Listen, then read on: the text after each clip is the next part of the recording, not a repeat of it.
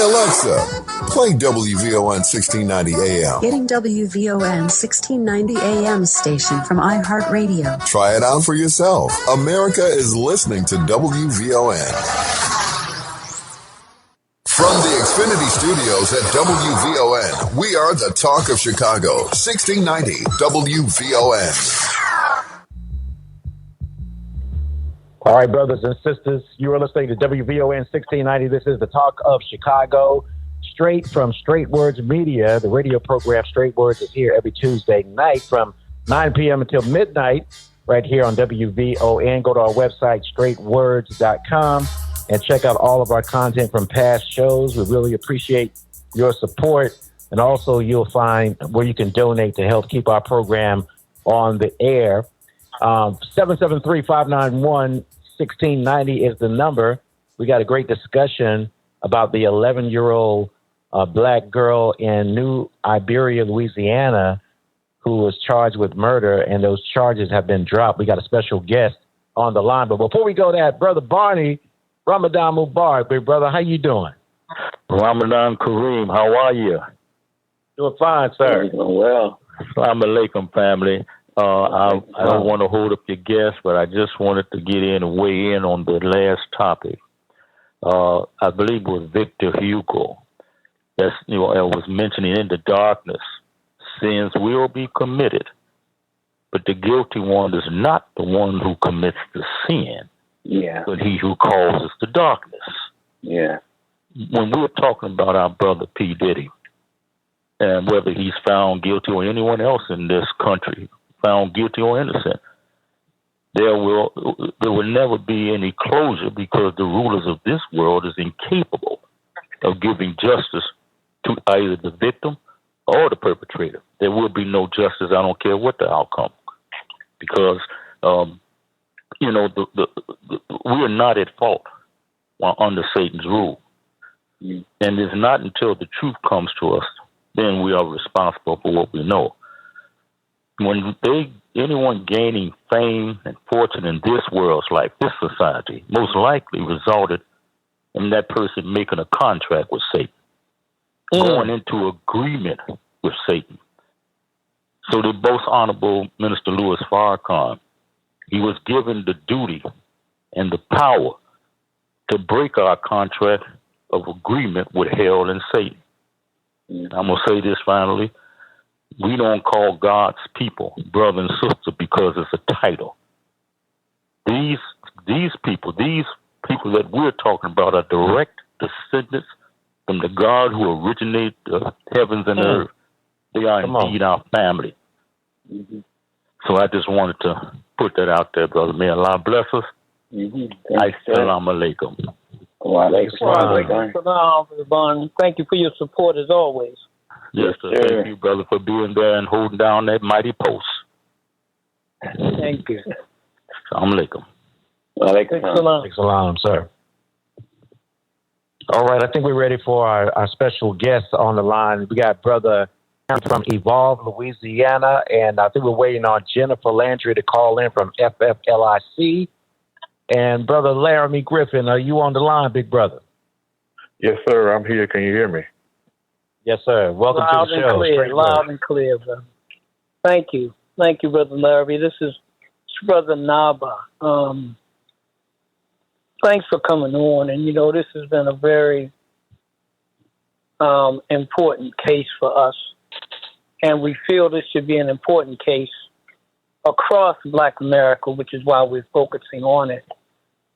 So we had this 11-year-old girl who was charged with first-degree murder in New Iberia, Louisiana, in connection with the death of a 36-year-old white man. We never got a narrative about why she was charged with murder, but she recently went back to court, and the charges were changed. So, Brother Laramie, you want to pick it up from there, or you want to pick it up from somewhere else? Well, first I want to thank you, brothers, for inviting me on tonight. And this is very important because this is about our children. And we have an inalienable right, a God-given right, to love our children unconditionally. And just to give you kind of a backdrop of what we're dealing with here in Louisiana, 99% of the children in the juvenile detention system in Louisiana are black.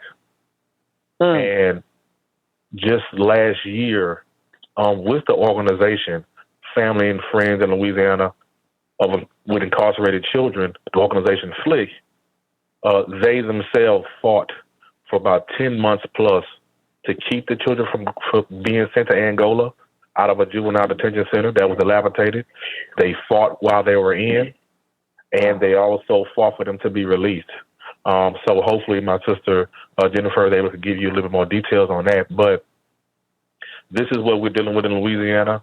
We're dealing with free labor. We're dealing with slave labor. But I want to get into what happened from the beginning. So November 14th, they found a white man dead in New Iberia, Louisiana. Okay. And so with that, this black family stayed directly next door. And so there's also a 15-year-old and the mother who was also involved. Now, the 11-year-old was charged with second-degree murder. The brother, the 15-year-old brother, was charged with first degree. Now, the reason why that came about is because the 15-year-old and the 36-year-old were known to be associates. Why were they associates? We asked this question to the administration of New Iberia. All the departments, we asked them, like, what happened? Why were they in concert together during this time or any time? And so what we found out after we got involved, after the story hit the news, the title itself didn't make any sense. You know, it made no sense to anyone. An 11-year-old girl charged with murder of a 36-year-old man. And because she's a juvenile, her name and picture weren't supposed to be on the news, but they did with one news outlet. And so we immediately got involved. The other organization that is involved is the Village 337 out of Lafayette, a civil rights organization. They started in 2020, just like my organization did. And so with us working together the last 4 years, you know, we said we have to snap into action because we can't let this slide. Because these are our children. These are our babies, okay, whether we know them or not. And so the 15-year-old allegedly had took flight, okay, and they called him back. And so from what was initially reported, they were supposed to release the 11-year-old in exchange. But when the 15-year-old came back into the space, they didn't. So we believe they played a cat and mouse game between those two. So that further tells us that there was something that was not right about the arrest itself and what really happened. A few days later, and as you know, some of our households are not all sound. Some of them may have a little bit of discord, a little bit of separation here and there. And the mother wasn't there at the time of the incident, but when I believe she heard about the incident, she came running back and she grabbed her kid. She said, "What is going on?" And so because of that, the sheriffs called her in, and because she didn't have proper representation, and that's something that my organization teaches, having proper representation on what to say, what not to say, they charged her with two counts of accessory after the fact, even though she wasn't there at the incident. But during the time, she may have consoled her kids in some kind of way, trying to find out what happened. But right before then, they charged the 15-year-old brother with first-degree murder. Okay, so that happened. So right after that, that's when during that time we got involved. We got phone numbers, we got emails. We tried to find out who was the lawyer, who was taking the case, where the family come from, what was going on. And my organization, the Village 337, FLIC, Vote, Voices of the Experience, and a few others banded together and said we have to fight for this family to find out what really happened, because we know how they operate in Iberia Parish, and it is not sound to black folks in that area, black or poor, in that manner. They have a very, very dark history. If you remember, the There was the Kawan Charles case where a young black boy was found in a sugarcane field and a white family was not held responsible whatsoever. And so with that, we're dealing with the same Sheriff Tommy Romero, and we're dealing with the same District Attorney, Bo Dewey. And so during that time, we got in touch with everyone, and we snapped into action. We said something has to be done about this. So going forward in that time, January 9th was the actual hearing and arraignment for all three, and all charges were formally introduced to all three of them. We pushed for the release for the young girl because we know that they sort of played a game with her and was trying to get her to say something to incriminate herself. But she's 11 years old. She's a baby. You know, how can an 11-year-old that's 90 pounds soaking wet, she's very, very slim, that couldn't probably take a full-size bat and swing it around her shoulder, be a part of something like this that's so heinous? Because they have no remorse for our children. They're looked at as super predators for whatever reason. And so January 9th, they had the court date. We went there for that. It was only a few of us in the courtroom as it was happening really, really fast. It was right after Christmas, right after New Year's, if you celebrate that kind of thing. And so we said we have to start to do actions in her name, in the family's name, and also to let the departments and administrations know, and the politicians there in Iberia, let them know that we are here and we're not playing about the situation, because these things kind of get swept under the rug and people get railroaded. And if you talk to many court watchers around the country, they know that the reason why we get railroaded is because of support. And we need people to show up for us. And I would want somebody to show up for me if I was ever in that type of situation. And other people, white people, they get all kinds of support because they know they can back themselves up, no matter how heinous it's going to be. Okay, and so January 9th, we had that hearing, and we said, okay, we had to snap into action. So on January 17th of this year, we had what they call a phone blitz. A phone blitz is when you call up those officials that you want to target to let them know, and just to let them know that you are there, and let them know that, and to just to disrupt their day, you know, and let them know that you are there. But let's go a little bit back. A gag order was put on this criminal case.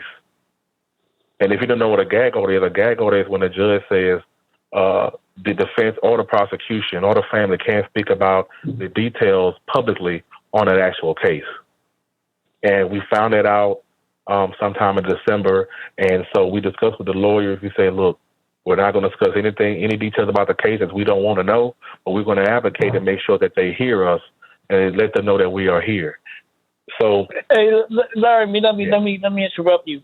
Let me interrupt you because I want to get to the latest court date and the status of the case now. Okay. Because I think that's important to get right to that. I don't want us to run out of time. Okay. Well, let's jump to March 7th. And we did a few actions in between that time. And if I have time, I'll let you know, guys know about that, because that's so important. So on March 7th, her trial date started. And for a juvenile, for someone underage, for the youth, it's not a 12-person jury. It's with the prosecution, and it's with the defense, and it's with the judge.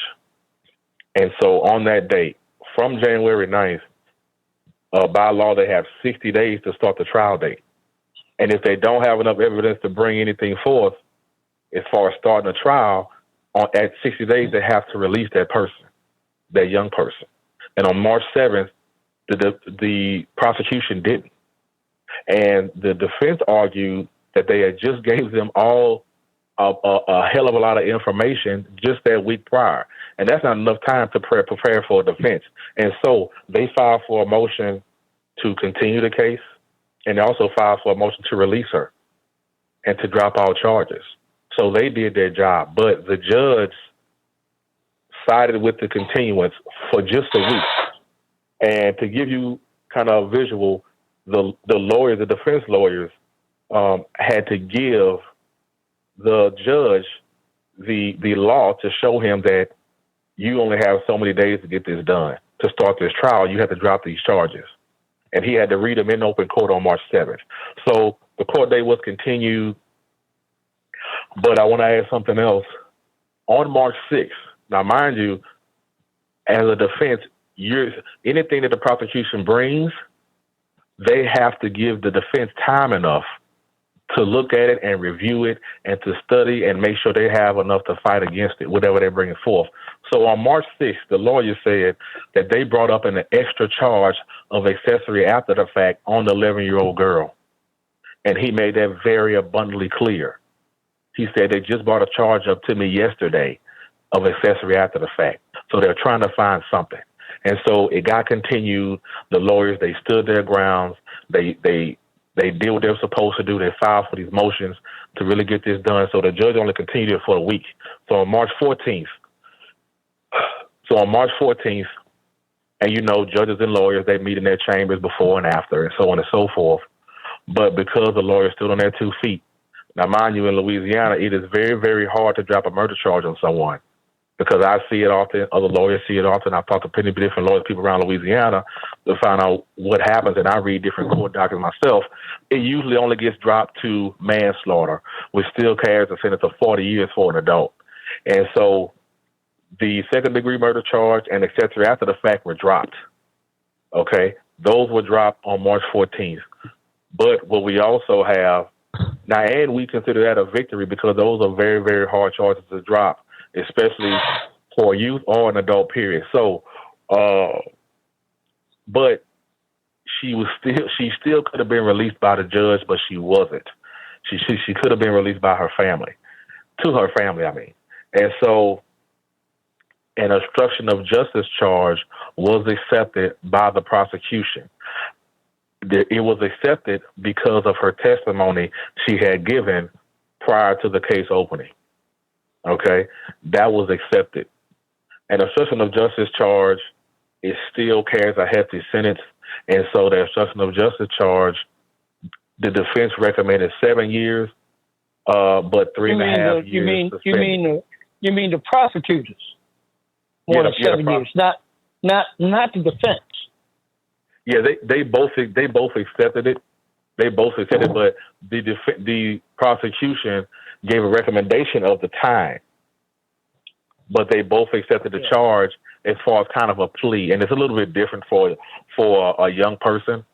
As that, it goes to, so after that, it's accepted. It goes to the Office of Juvenile Justice, and they get sent the case of what's being accepted and what's being presented and what's being recommended, and then it comes back to the judge, and the judge, on April 16th, Judge Roger Hamilton, he's going to give a recommendation of what he's going to give this young lady as far as this obstruction of justice charge that was accepted. Now, mind you, I want to ask the question, how can an 11-year-old knowingly, without age of consent, without even being a teenager, know what obstruction of justice is? She is not an adult. Yeah. She is a child, and she's going to be told. She's going to listen to her older siblings, her mother, her grandmother, an older cousin. You know, and that's the problem that we have with the prosecution pushing so hard against this young person as if she was an adult. Now, the proceedings may be taken in the juvenile court, but they're treating her. It seems like they're treating her like an adult, and that's what we are so upset about, the state and the prosecution, and also the judge letting that play out like this. But the lawyers did do their job and standing their ground and saying, we're fighting hard for this, and they got that murder charge and accessory charge off of her, dropped off, because they stood so hard against this biased prosecution. Was her statement? So now let me break in, Laramie, real quick. So now we had a hearing in March, right? Now the girl has a plea deal. Under that plea deal, the prosecutors said it could be up to 7 years. I guess they're talking about some years suspended, and then having her go to jail for 3 or 4 years. So on the 16th of April, this girl, she's going to be sentenced by the judge, right? Let me ask you this. Generally, when you plead guilty, you have to admit in court what you're pleading guilty to. Mm-hmm. Right? Mm-hmm. You have to say that you're pleading guilty. You know that you're pleading guilty. You understand what happened at this hearing where this guilty plea was entered. Did the little girl say anything? Or did her judge, or did the judge, the lawyers, and the prosecutors speak? Yeah, she did speak because of her testimony saying that she got rid of some clothes from the victim. That's why they wanted, the prosecution wanted this obstruction of justice. She got rid of some clothes. Was that statement given? Is that what she admitted to? Under her advice? Yes. Yeah, and so that's the first thing that the lawyers attacked, because when we met in December, that's the first thing. And these lawyers are very good. It's Ronald Haley and Associates, very good civil rights and criminal attorneys, probably a couple of the best in the state. And everyone that knows them, they have ties to almost every lawyer in the state. They've been attacking some things that have been very, very hard that no one else would take. And so that's the first thing they attacked, because we talked about it. In December, we said we had to find out where the testimonies came from and how did they get them. And when they received them, obviously they were taken in the proper context, because that's the first thing that was brought up. How were they taken? And plus, during the time she was incarcerated, it could have been taken up then, because you're incarcerated, they take away some of those rights. So, but, obviously that was done correctly. And given that they have this parish has a very, very sloppy history of doing things out of order, that's the first thing that they attacked. And that was done correctly. Brother Laramie, so are you saying that this young girl was maybe incarcerated or in police custody, and without representation or an adult, she gave a statement that they're now holding as evidence and proof? No, I'm not saying that she wasn't. No, I'm saying that it was given in the context, but they could have gotten more after the fact.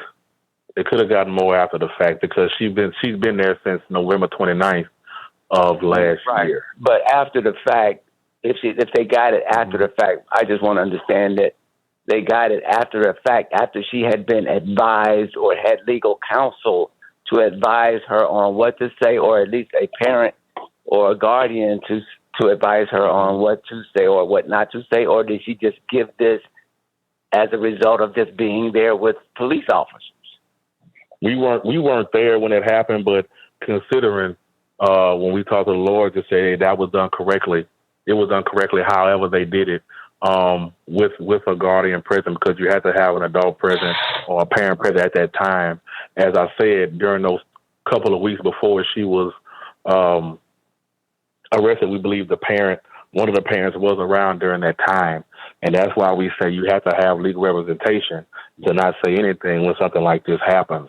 So we weren't there during that time, but we don't know what happened while she was incarcerated. And they are very good at dissecting the wrongdoings of these administrations, some of the lawyers and whatnot. And so that was done in the proper context. We don't like it because it's an 11-year-old kid. 11-year-old kids get told what to do no matter what the situation is. And you tell an 11-year-old kid, take that ice cream cone and throw it in the middle of the road, they're going to do it because someone older told them to do it. And then not knowing, she doesn't have the age of consent, period. They don't have any more remorse or morality when it comes to our children, when it comes to things like this. And they really, really tried to arrest the entire family. Right. You understand? Because they tried to arrest a sister. They tried to arrest the spouse of someone else that's related to them. And it was really, really ugly until we got involved and made it public that we were there. A lot of the other things that were going on stopped, especially when they found out what lawyers were on the case. Brother, did the victim have any stature in the community? Was he somebody in the community, or just He was just a regular old white guy. The first question was, why was he in association with a 15-year-old black boy in the first place? Now, they did stay directly next door, but it still doesn't make the excuse of why, like what was happening. You know, with that area of Iberia Parish, with that area, some people are related through different administrations, so on and so. We haven't found it yet because last names are not matching up, but we know they do. They might be related to a deputy. Someone might be related to a deputy. Someone might be related to someone who works in the clerk of court office or something like that. And so, you know, plus they're all white. So we really couldn't find that out, but we have found out some other relationships that are biased. What are some of those relationships? So I'm glad you asked. So the judge is black, but he runs as a Republican. He is really good friends with the current governor of Louisiana, Jeff Landry. They grew up together, and he also swore in Jeff Landry. Okay, I believe the district attorney also grew up in that area with a few other people that are also in different administrations that are high up on the poll that have been voted in, and they're all friends. So they all grew up in that area. The place, you know, Lafayette, St. Martinville, and places like that. People who are from those areas that say, hey, they were told as younger people, get out of St. Martinville, get out of New Iberia because of the way things go. You can get really, really railroaded if you're not watching yourself. And it has happened to numerous people as we continue to push through the community and get word on what goes on. But those friendships are why we are here, as the newly elected governor, Jeff Landry, has pushed hard against juveniles, this so-called tough on crime with no real prevention in as far as help in any way. It's just open up the floodgates and throw them in prison and lock them up and throw them away without any type of help. Lowering the age to 17 years old is being charged as an adult for any crime, for anything. You can sit in a candy bar. 17 juveniles, young people, their records being open to the public, which is ugly in itself, because what's going to happen is an employer is going to look at that and say, hey, this person at 12 years old stole a bicycle from Walmart. I don't need them on my job. That's not right. You know what I'm saying? Making carjackings, putting an extra 10 years on carjacking, things like that. I mean, it's very, very ugly. They have no remorse, and this governor has went through, and within a matter of 12 to 16 days, that turned this state upside down, has made it to where parole, the pardon board is, you know, so your pardon board has to be unanimous. Parole went from 65% in the state to 85% in the state. You know, so you really have no incentive. Yeah. So it's been very ugly. You said 65 on the parole board. Went from 65 to 85. So are you saying that means that 85% of the board has to approve parole now? No, not 85. 85% of your time has to be finished before you actually consider for release. Gotcha. Okay, and before it's 65% of your time. I want to get to for the state. For the state. For the state, yeah. Mm-hmm. Because it sounds to me like the handling of this, not only the case of the 11-year-old, which is egregious, but the 15-year-old. To me, it seems like it falls right in line with the policies that the governor is pushing. I want to get to the 15-year-old for a minute. I want to come back to his sister and a couple. But was a gag order imposed in his case? Yes, on all three. A gag order was imposed on all of them. So the lawyers, that's why you haven't seen anything with the lawyers or the sheriffs or the DA saying anything publicly. But that's why we're here to advocate for the right things to be done by law. So because did the another judge? thing, Go ahead. Well, let me tell you another thing. So the sheriff was also there and not being transparent in the Juan Charles case. Also, he was there also, Sheriff Tommy Romero. So on December 6th, after everyone was arrested, he went publicly and said, now mind you, he's an elected official. He's supposed to be non-biased, and his bullet point is supposed to be innocent until proven guilty. And he's supposed to have remorse, morality for certain situations. And he doesn't, because he said on record, murder must be a family affair. That's what he said. And I believe, and we believe, that's why gag order was put in, because it was going to start to be ugly and a lot of back and forth between publicly. We don't know exactly why a gag order was put in. Even the lawyers were kind of confused. They said, we don't know why. We've never seen that before on a criminal case. But he said that was so ugly. And so we are calling for him to make a public apology and resign, because you can taint the public perception and the jury pool as far as people being innocent until proven guilty, because you said something that was so ugly and so biased against a situation that you had no idea how it happened or where it happened or whatever, especially when it involved the 11-year-old girl, which you had no remorse whatsoever. So now we got the 11-year-old girl who's due to be sentenced on April 16th. She's facing 3 or 4 years? And then we got her brother. Yeah. Mm-hmm. Go ahead.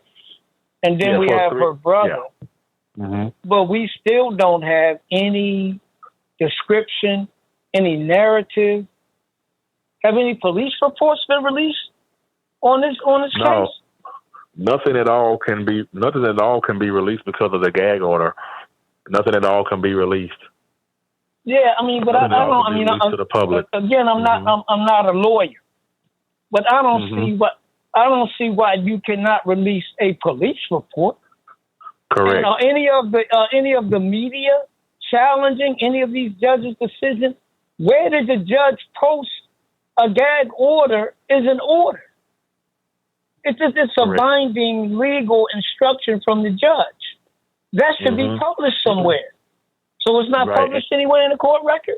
Yes, one news channel did find it. So the lawyers told us when they went to court in December to find out what was going on, the judge said, hey, you're not allowed to say anything publicly. They said, why? Because I put a gag order on this case.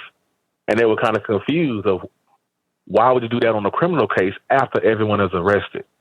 And he just gave an explanation. I don't want you to say anything publicly about this. Just like that, and that's it.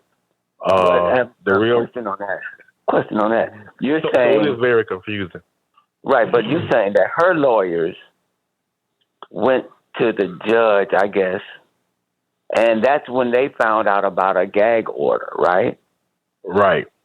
Okay, so the judge didn't contact them because they could have went out and said anything, not knowing that there was a gag order. It would seem like the judge would have notified all parties involved about a gag order as soon as he put one into effect. Well, this is the thing about that. Before you say anything with lawyers, you have to go and look that stuff up to make sure there's not one. They don't have to. Sometimes they don't tell you anything until you look it up. So they did do one news report, and that's when that situation came up. It was wrong for him not to contact them ahead of time before they did that one news report. Like I said, they were thrown back to say, hey, when did you put it in a gag order? Like, we didn't find this out till we came and talked to you. Like, why didn't you tell us beforehand? And so that's why we know that they have not always done things correctly and respectively in this parish because of something like this. And it's way out of your normal line of, like I said, that's why it's confusing to you. Why you trying to figure out why didn't he do, because of this reason. This is why we are here in Iberia Parish fighting to make sure we hold them to their truth. You understand? That's why we are here. And we definitely made it clear about the 60-day rule of releasing her, because the March 14th was actually 65 days. That it went 5 days over than the day she had, as far as the prosecution not being ready, the state not being ready to bring forth a trial because they had some more things to do, and they had given a lot of the evidence that they had and the findings that they had during that same week, as what was said by the defense on March 7th. They weren't ready. And they challenged them. They really did. But judges make their own decisions in those courtrooms. And until we challenge the judges about what they're doing, they will continue to do these things. So that's what we're here for. Let me back up a minute, because I want our listeners to understand what you're saying. So the little girl was initially charged with second-degree murder? Second-degree murder.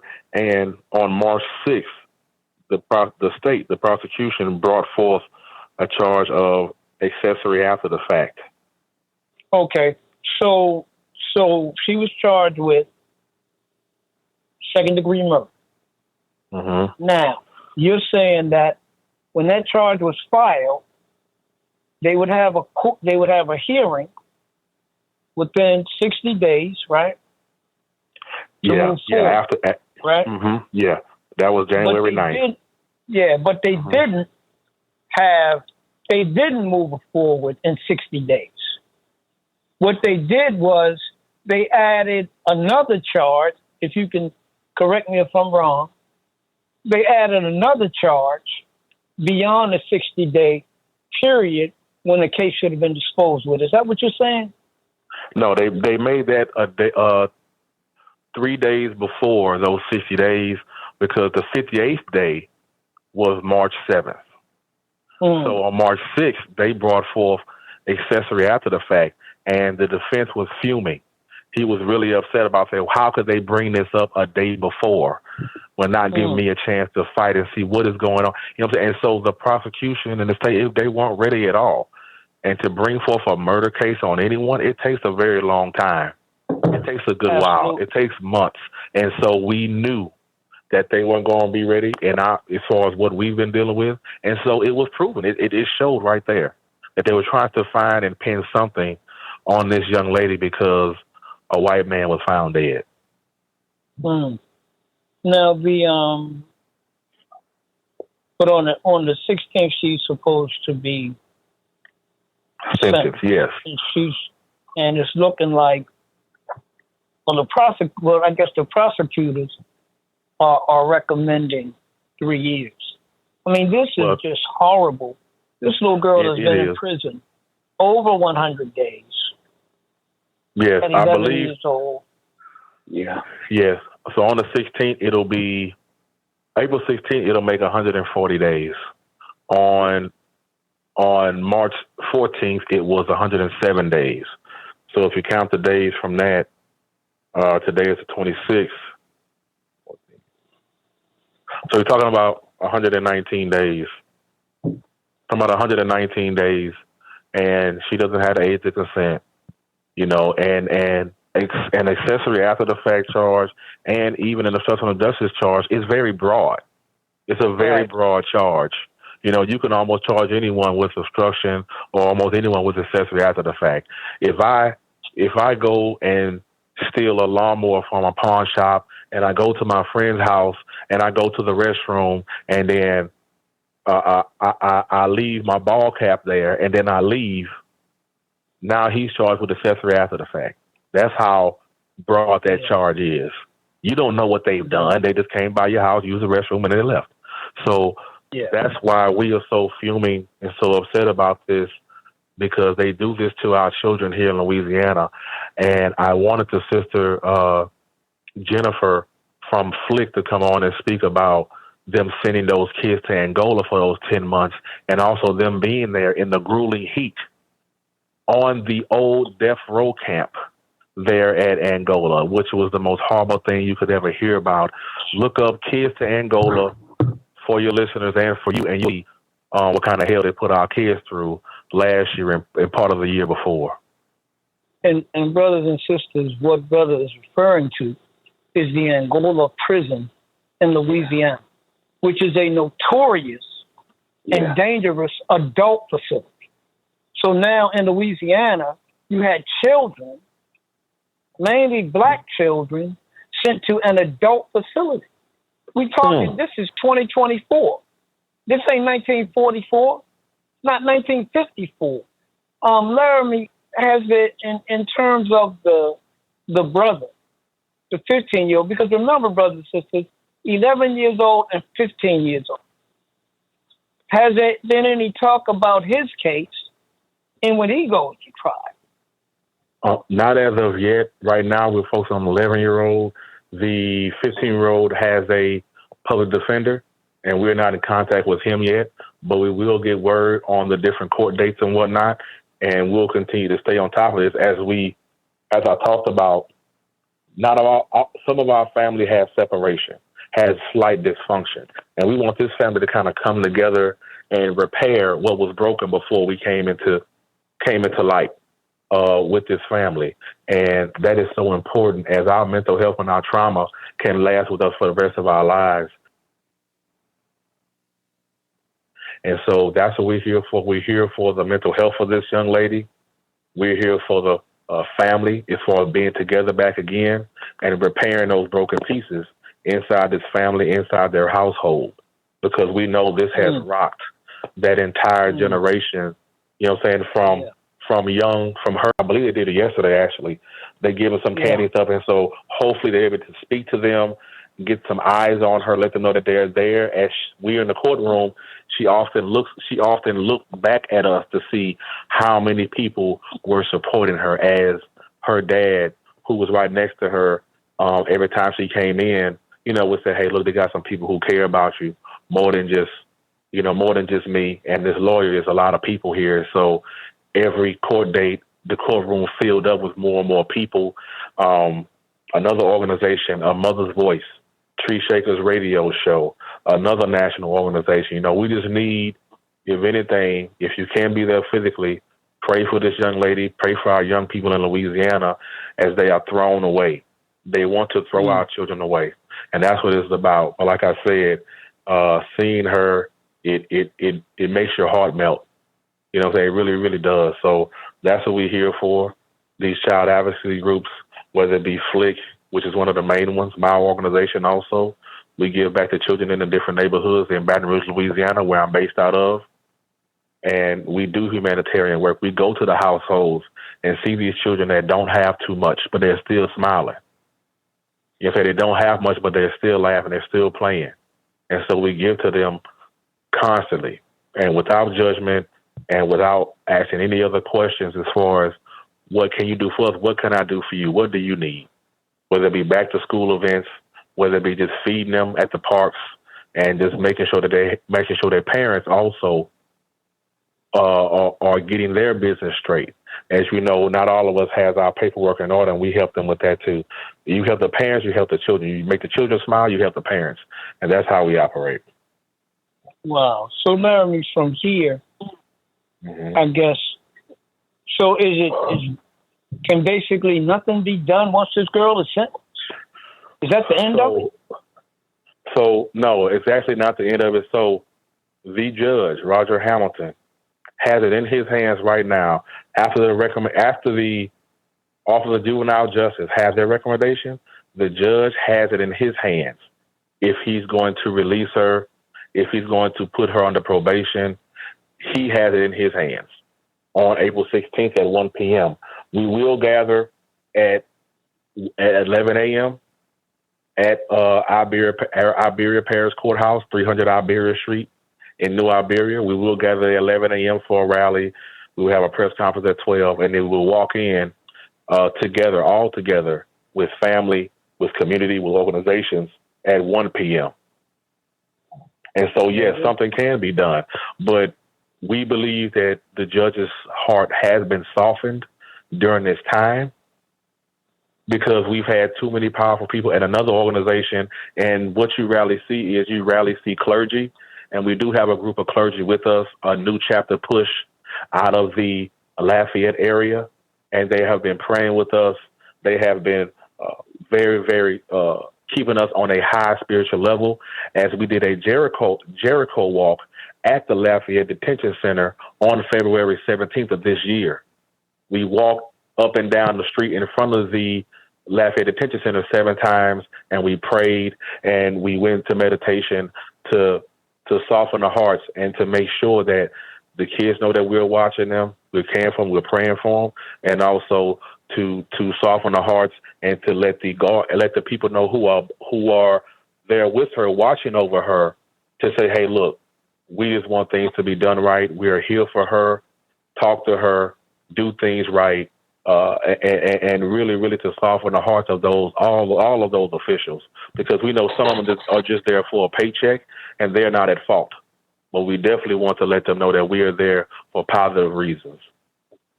Yeah, Laramie, we got about a minute. What can people do to help, and how can they keep following this case and following what you're doing? So you can go to our Instagram and Facebook, Evolve Louisiana, at Evolve Louisiana on Instagram, Evolve Louisiana on Facebook. You can call my number, my organization's number, 225-800-9806, or you can contact the Village 337, also on Facebook and Instagram as New Civil Rights. So you can call my number at any time, day or night. You can follow the case, hashtag 11-year-old black girl or hashtag New Iberia. But definitely, I keep everyone updated on the